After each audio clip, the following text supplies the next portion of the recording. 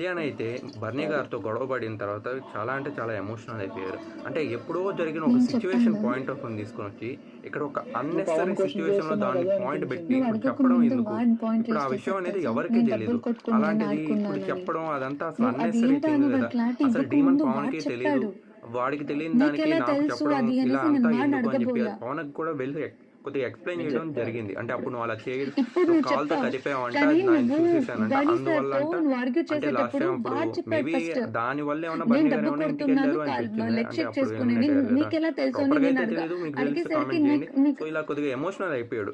So, దీనిపై తనుజ గారు కూడా అంటే నేను నిన్నేమన్నా అడిగానా? నువ్వెందుకు అంత నువ్వు ఆ రోజు అంటే అలా ఓవర్ థింకింగ్ అనుకున్నావు చేసుకుంటూ కాబట్టి నీలో నువ్వే నేను చేసుకోవడం అమ్మాయిని ఎందుకు కొంచెం ఇలా సైలెంట్‌గా ఉన్నాను. అనడం గాని, మళ్ళీ ఆ పాయింట్ ఇంకా రేస్ తర్వాత చేశాను ఇంకా నేను తనుజ గారి ఎప్పుడైనా దగ్గరికి గాని వెళ్లి కొద్దిగా అడిగాను సారీ అది. చెప్పడం నేను అలా చేయడం కొద్దిగా అప్పుడు ఉంటే కొద్దిగా అడుగుతాను కదా. ఫైర్ అయిపోయి కొద్దిగా సారీ ఏమంటాం మనం అలా ఆలోచించకుండా మాట్లాడేశానని చెప్పి ఇంకా తనుజ గారితో నువ్వు చెప్పడం ఇలా